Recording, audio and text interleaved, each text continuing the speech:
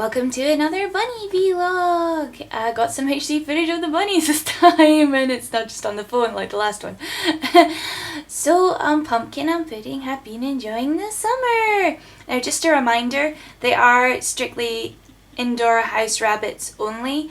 Now that is considered completely fine by some of the biggest rabbit welfare organisations such as the House Rabbit Society, and the clue is in House Rabbit Society they encourage you to keep your rabbits indoors. But it's really important that when they are indoors only rabbits that they have plenty of free roam and that they get fresh air and sunshine through the window when it's like a good day. And the most important thing is that you give them the enrichment that they need, that they would have outdoors. But even rabbits pit and runs outdoors often don't get the enrichment they need. What you need is like lots of things for them to chew on, tons of free roam space so they can like run and hop around. Pumpkin and Pudding get way more free roam space than any outdoor run you can get for a rabbit, because of the size. We've got really big rooms in our house and a really long hallway that's like 32 feet long I think, so they get to like charge down it and Binky.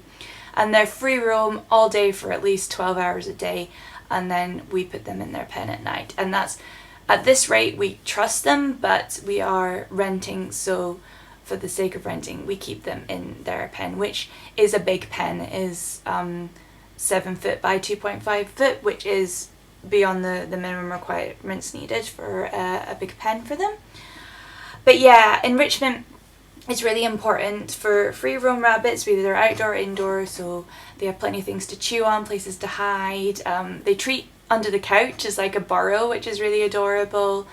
And it's important to remember that even though it does sound weird that they're only indoor bunnies and you know, oh, why aren't they out enjoying the summer sunshine, they do enjoy it through, we get amazing sunlight in this room, which is one reason we gave this room for the bunnies.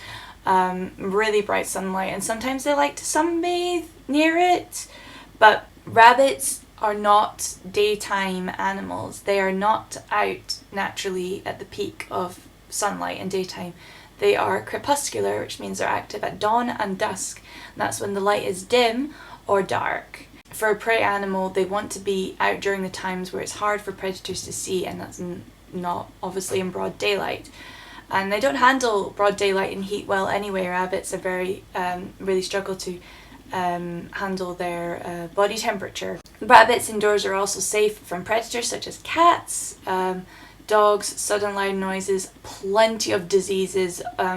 Just a reminder, rabbits kept outdoors have less than half the life expectancy of rabbits kept indoors, and mostly that is due to predators and disease, which can come from flies or anything like that. And they just get depressed and lonely, which can shorten their lifespan as well. Or they can die from heart attacks because of being attacked, their hutch being attacked. So even if the predator doesn't get into the hutch, they can still die from fright. So yeah, indoors they feel safer, happier. You get to see how they're doing every day. You get to interact with them easily, especially like if you have a lifestyle like me where I work from home. I'm in home pretty much all day. That's one reason why I got bunnies, so we can give each other company, and there's that kind of harmonious balance between us. I'm giving something for them, safety, food, comfort, free roam, and they're giving me company and just being adorable and making me happy. So that's what personally I believe having a pet is about, having equal harmony and both giving each other something. So yeah, like that's how they've been enjoying the summer. Fresh air and sunshine through the window, mostly just napping. Usually when I open the curtain to let the sunshine in, they go and hide under the couch because they don't want the sunlight, they want to keep sleeping, because that's what they do, they sleep during the afternoon, that's their thing. So so they're a bit grumpy sometimes when I open the curtains. It's funny, they're like a grumpy teenager, like, oh come on, close the curtains. I'm like, rise and shine, bun buns. But yeah, there were some days where it was very warm. Like we live in Scotland, so we don't really have to worry about temperatures here, but I did worry they were getting a wee bit warm one day because like Pudding was panting a wee bit, and I couldn't tell if it's because she had been running around or not. But I put some ice out in a bowl. I should have filmed this, but they looked really interested at first, but they like wasn't really worth filming because they just gave up. They weren't interested, so they obviously weren't warm. That was quite funny.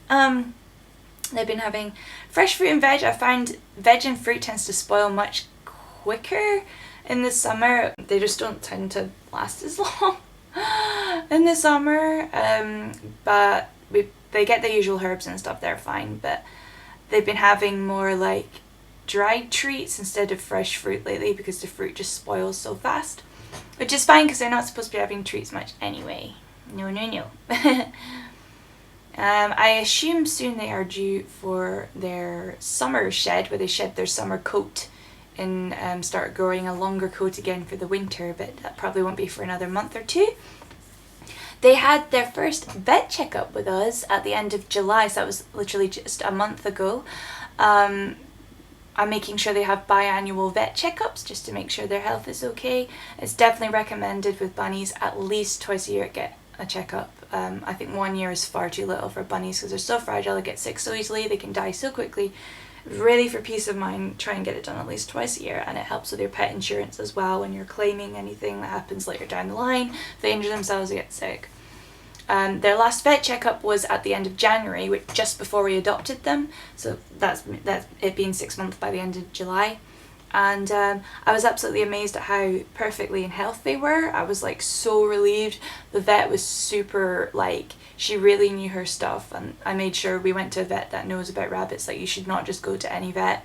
You need to research to make sure you have a vet that is what rabbit welfare people call rabbit savvy, which you can call to do tests to make sure they know their stuff about rabbits and stuff like that, which is what I did. And she said I had been doing everything right. I was wondering if she was going to comment on the fact, because like I said, it's a bit misunderstood that they're only house rabbits, but she was like, that's fantastic, mostly because they get free roam all day, at least 12 hours a day, just free roam. She was amazed how well I was feeding them. They had absolutely no health problems she could pick up whatsoever. They were all in absolute perfect health. She even checked their back teeth, which is quite hard to check on rabbits, but all vets that really know the stuff would recommend they get them checked out, even if it's a bit uncomfortable for the rabbit. It's funny that the vet could tell that Pumpkin was the bigger bunny, because Pudding looks so much bigger in photos because she's so fluffy. Pumpkin's got shorter, sleek fur, so Pudding always looks bigger because of her fluff. But no, she could tell Pumpkin straight away was the bigger bun. And their weight, Pumpkin was 2.4 kilograms and Pudding was 2.2 kilograms. So yeah, Pumpkin bigger bun, which she's probably happy about because she likes to be the boss. Interestingly, Pudding was 2.3 kilograms in March when she got weighed during her health scare in March when she had GI stasis. But 100-gram difference in 5 months is not a big deal, especially considering she probably had a bit of food piled up in her stomach in March, a time that wasn't moving until she had the treatment. So it makes sense to me, and the vet didn't say there was anything to bother about, so they're all good, and I'm just really happy for them that they're happy and healthy. Pumpkin, progress with Pumpkin, because like Pudding's already like at this rate, you know, super friendly with us, no fear whatsoever, just constantly demanding attention and affection from us and giving lots of affection back with kisses. But Pumpkin's made really good progress lately, I'd say. Like, she's still very cautious and not really cool with people approaching her like Pudding, just like whenever you want, but she's starting to demand attention more now as well, and she's being more comfortable hanging around with us. She's been binking more, so it's all good signs that she's getting more happy and comfortable in her environment, which is making me so happy, because I think Pumpkin's always the one I worry about a bit more, just because Pudding is so simple and happy and she's so easily pleased, whereas Pumpkin, I feel like I have to work harder to make her happy. But it's just so worth it, you know. I love them. I love how they both have just different personalities. You have two totally different bunnies to live with, and it's great. Like, if they're both the same, you know, I wouldn't ask for that. I love how they're both different, and they're just so funny together, because like Pumpkin's the straight man and like Pudding is the jokester, shall we say. So yeah, that's all I have to say about the bunnies this time.